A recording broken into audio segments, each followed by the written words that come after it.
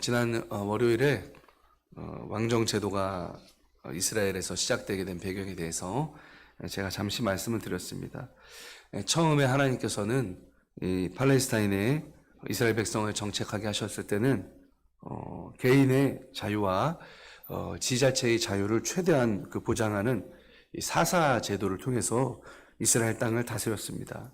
그래서 하나님은 왕이셨고 이제 위기가 닥칠 때에 사사라는 이제 지도자를 세워서 이스라엘을 구원하시는 그러한 형태로 하나님께서 이스라엘을 다스리셨습니다. 그래서 이 제도는 각자가 그 마음에 하나님을 잘 모시고 하나님을 왕으로 모시고 섬기며 살아가면은 가장 좋은 제도가 될 수 있었을 것입니다. 하지만 안타깝게도 개인의 신앙과 윤리성이 그 하나님 주시는 자유를 누릴 수 있는 수준이 되지를 못합니다. 그래서 우상 숭배를 하게 되죠. 그리고 종교적인 혼합을 하게 되죠. 그래서 하나님을 섬기지 못하고 그 자유를 방종으로 삼다 보니까 맨날 외부에 침략 또 핍박 이런 걸 겪게 됩니다. 그래서 사사시대가 원래 축복의 시대였는데 아주 고달픈 시절을 지낼 수밖에 없도록 전락하는 거죠. 그런데도 이스라엘은 원인을 잘못 찾습니다. 하나님을 왕으로 섬기고 살아가지 못한 자기 자신의 불신앙과 죄를 원인으로 찾고 철저하게 회개해야 되는데 외부적인 제도에서 원인을 찾아요. 그래서 어떡합니까? 사무엘을 찾아가서 쭈루룩 그 이스라엘의 지도자들, 장로들이 찾아가서 우리나라도 이웃처럼 왕정 제도를 확립해야 되겠습니다.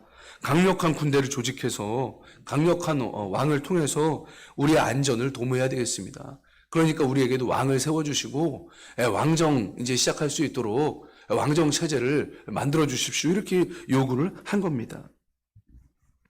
사무엘이 어떻게 합니까? 그 요청을 들어줘요. 그래서 사울을 왕으로 세웁니다. 그런데 사무엘은 이스라엘 백성이 왕을 요구했던 일에 대해서 그냥 넘어가진 않습니다. 오늘 본문 말씀에 보면은요, 그 일이 결코 하나님 앞에서 좋지 못한 그러한 요청이었다 하는 것을 사무엘이 계속해서 이야기를 하고 있는 겁니다. 6절, 7절 보니까 이런 말씀을 하세요. 사무엘이 백성에게 이르되 모세 아론을 세우시며 너희 조상들을 애굽 땅에서 인도하여 내신 이는 여호와이시니 그런즉 가만히 서 있으라. 여호와께서 너희와 너희 조상들에게 행하신 모든 공의로운 일에 대하여 내가 여호와 앞에서 너희와 담론하리라. 내가 이 일에 하나님 앞에서 너희와 한번 논쟁을 해보겠다 이 얘기입니다. 하나님 편에 서서 너희랑 논쟁하겠다. 지금 사무엘이 그런 얘기죠. 그 후에 이제 우리가 읽은 내용이 8절부터 12절인데 사사기의 역사를 그냥 사무엘이 단 몇 문장으로 이렇게 압축하고 요약을 한 겁니다. 하나님께서 너희를 애굽 손에서 구원하셔서 이곳 팔레스타인에서 자유롭게 살게 하셨는데 너희가 하나님을 잊었기 때문에 외세의 핍박을 받아서 어려움을 당한 것이다. 그리고 너희가 어려움을 당해서 회개지져 부르짖을 때마다 하나님께서는 나와 같은 사사들을 세워서 너희를 구원하셨다. 너희를 안전하게 살게 하셨다. 이게 사무엘의 얘기입니다. 12절은 그냥 한번 읽어볼게요. 안전하게 살게 하셨거늘 너희가 암몬 자손의 왕 나하스가 너희를 치러 옴을 보고 너희 하나님 여호와께서는 너희의 왕이 되심에도 불구하고 너희가 내게 이르기를 아니라 우리를 다스릴 왕이 있어야 하겠다 하였도다. 이 뉘앙스가 뭡니까? 잘 읽어보면은 이 왕을 구한 일을 책망하고 있는 그 사무엘의 어투를 우리가 발견할 수가 있습니다. 너희가 죄만 짓지 않았어도 평안하게 살았을 것이고 설사 죄를 지어서 고달픈 상황에 매번 처했어도 하나님은 사사를 보내셔서 너희를 구원하셨는데 그럼에도 불구하고 너희가 하나님이 왕 되심에도 불구하고 왕을 구했다. 이렇게 지금 사무엘이 책망을 하고 계신 거죠. 왕을 구하는 백성들의 심리가 뭘까요? 먼저는 하나님에 의해서 직접 다스림을 받는 통치를 받는 제도로는 우리가 만족할 수가 없습니다. 하나님 외에 하나님을 대신해서 우리를 다스려줄 존재가 필요합니다. 이러한 심리죠. 통치를 받고 싶다, 다스림을 받고 싶다 이 얘기는 뭡니까? 누군가가 제시하는 가이드라인을 따라서 살고 싶다. 그리고 그 존재에 따라서 우리가 보호를 좀 받고 싶다 그 얘기입니다. 그 아래에서 안정감을 누리고 싶다 그 얘기예요. 본질적 인간의 욕구죠. 그래서 아무런 가이드라인이 없는 삶은요, 존재하지 않습니다. 우리 인간은요, 다 어떤 것에 통치를 받고 사는 거예요. 그것이 내 자신이 됐던, 아니면 물질이 됐던, 세속적인 가치관이 됐던, 다 어떤 것의 통치와 다스림을 받고 살아가는 겁니다. 그래서 각자 자기가 따를 주인을 정하는 거예요. 기준을 정하는 겁니다. 그리고 그걸 지키면서 그것을 통해서 내 존재의 안녕을 꾀하는 겁니다. 그게 인간이에요. 또 인간은요, 어떤 욕구가 있습니까? 기본 욕구 중에 이 소속의 욕구가 있습니다. 이 욕구는 어딘가 속해서 안정감을 누리고 싶어하는 욕구죠. 사람은요, 어딘가에 속하고 싶어합니다. 그래야 이제 안정감을 느끼기 때문에 그래요. 우리도 그렇죠. 회사나 직장이나 어떤 소속이 있어야 사람이 안정감을 느껴요. 또 가정이라는 울타리가 있어야 우리가 안정감을 느끼게 됩니다. 그래서 이스라엘 백성이 요구한 게 뭘까요? 우리를 다스리고 우리를 지켜주고 소속감을 주는 대상이 하나님이 아닌 눈에 보이는 인간 왕이었으면 좋겠다고 합니다. 인간 왕이 중심이 되는 왕국이었으면 좋겠다. 이 얘기입니다.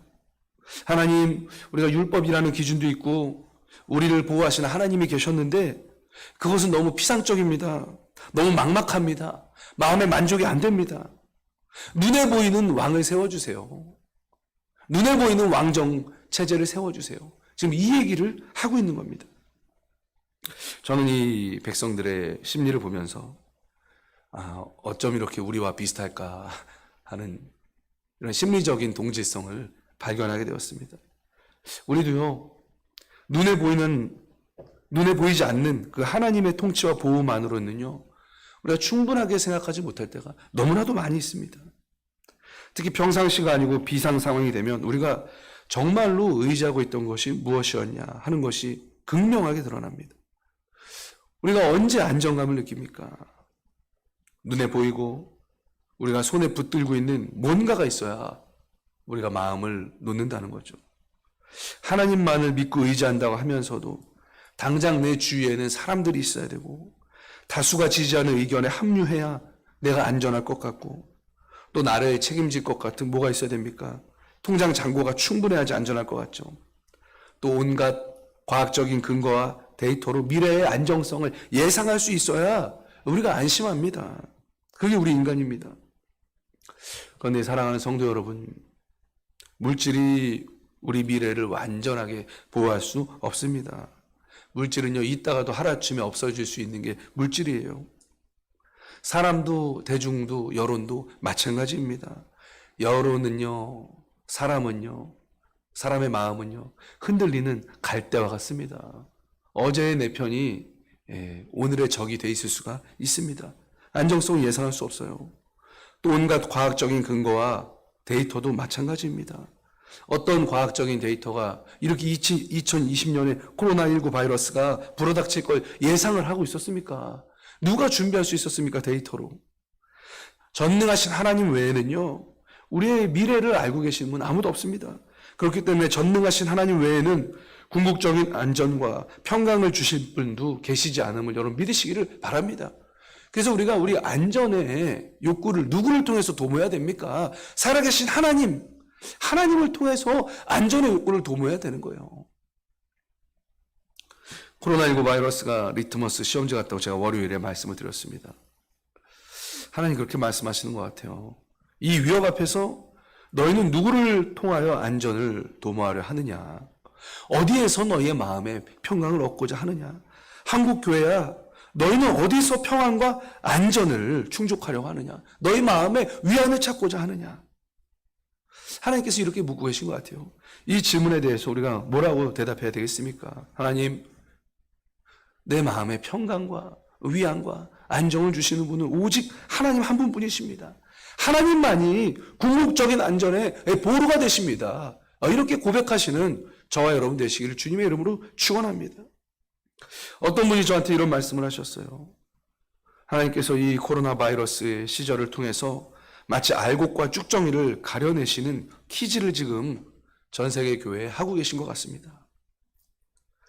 주인이 알곡과 가라지를 평상시에는 갈라내지 말라고 하셨습니다. 알곡까지 다친다고.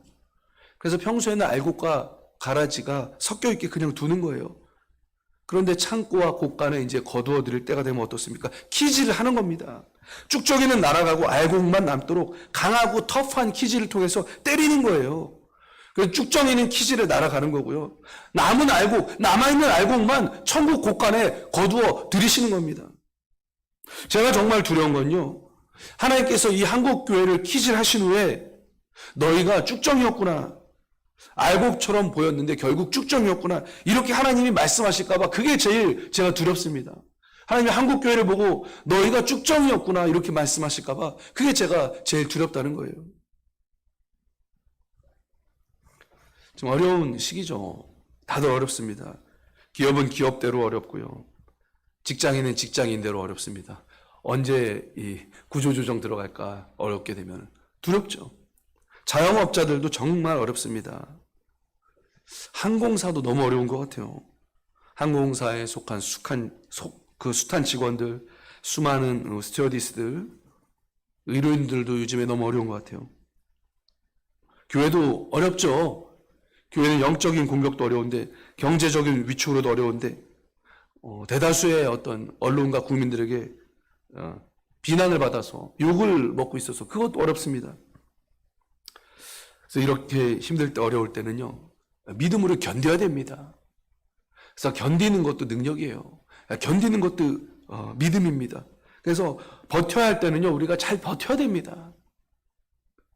자포자기하거나 집단적으로 패닉 형상에 들어가거나 한 집단을 마녀 사냥하는 일에 휘말려서는 안 될 것입니다. 이럴 때일수록 어떻게 해야 됩니까?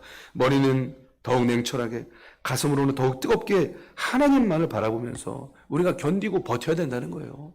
믿음으로 버텨야 된다는 겁니다. 청취하는 제 유튜브 채널 중에 강준민 목사님 채널이 있습니다.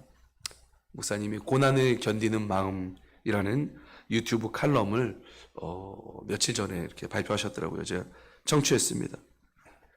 고난을 견딘다는 것은 힘든 일입니다. 그렇지만 견뎌야 할 때는 견뎌야 합니다. 그래야 미래가 있기 때문입니다. 오늘의 견딤이 없이는 내일의 쓰임이 없습니다. 우리는 견딤을 과소평가해서는 안 됩니다. 그 이유는 인생의 승리는 꾸준한 견딤의 열매이기 때문입니다. 견딤의 기간이 쓰임의 기간을 결정합니다. 이렇게 강주인 목사님 말씀해 주고 계시더라고요. 제가 그 말씀 들으면서 마음을 다잡는데 도움이 되었습니다. 사랑하는 성도 여러분, 이 어려운 시기를 보내시면서 여러분 하나님만 바라보심으로써 잘 견뎌내시기를 주님의 이름으로 축원합니다. 그럼 앞으로 더 우리가 귀하게 쓰임 받을 날이 반드시 올 것입니다. 이 풀무불 같은 연단을 지나고 나면 우리 한국교회와 우리 한국교회 크리스천들이 정말 정금같이 하나님 앞에 나아가서 쓰임받을 그 귀한 날이 임할 줄로 믿습니다. 로마서 8장이 또 우리에게 위로와 힘을 주십니다. 8장 35절. 누가 우리를 그리스도의 사랑에서 끊으리요? 환난이나 공고나 박해나 기근이나 적신이나 위험이냐 칼이랴. 근데 여기에 코로나 바이러스도 포함됩니다. 누가 우리를 그리스도의 사랑에서 끊으리요?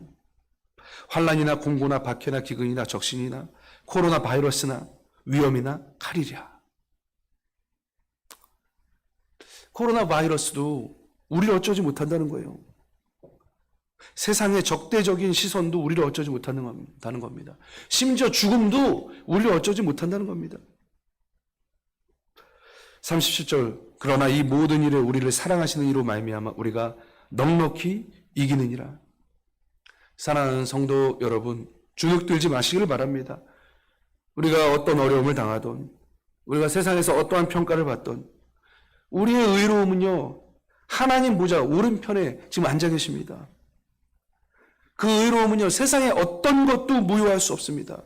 여론도, 공격도, 적대적인 눈초리도, 심지어 육체적인 죽음까지도요, 우리가 받은 구원을 무효할 수가 없다는 거예요. 우리에게 주신 그 예수님의 공의, 예수님의 의로움, 우리가 믿을 때 하나님으로부터 받게 되는 그 의로움은요, 어떤 것도 무효할 수가 없다는 거예요. 그렇기 때문에 우리가 하나님께 소망을 둘 때 안전한 겁니다. 그렇기 때문에 우리가 주님께 이 소망을 둘 때 안전한 거예요. 흔들리지 않는 반석이 되는 겁니다. 궁극적인 승리가 우리의 것입니다. 제가 존경하는 존 파이퍼 목사님은 이 구절에 대해서 이렇게 멋있게 표현하셨습니다. 머리를 들고 찬송을 부르며 이웃을 사랑하고 두려워하지 마십시오. 정말 멋진 표현이라고 생각합니다. 결국 우리 크리스천들의 운명은요, 승리입니다. 정말로 예수님 믿는 사람의 운명은 승리입니다. 정해져 있습니다. 성경 말씀대로 정말 넉넉히 승리할 것을 믿습니다. 오늘도 주님만 바라보시면서 소망을 하나님께 두시면서 그로부터 궁극적인 평안을 얻으시고 힘있게 능력있게 일상에서 승리하시는 하루 되시기를 주님의 이름으로 축원드립니다.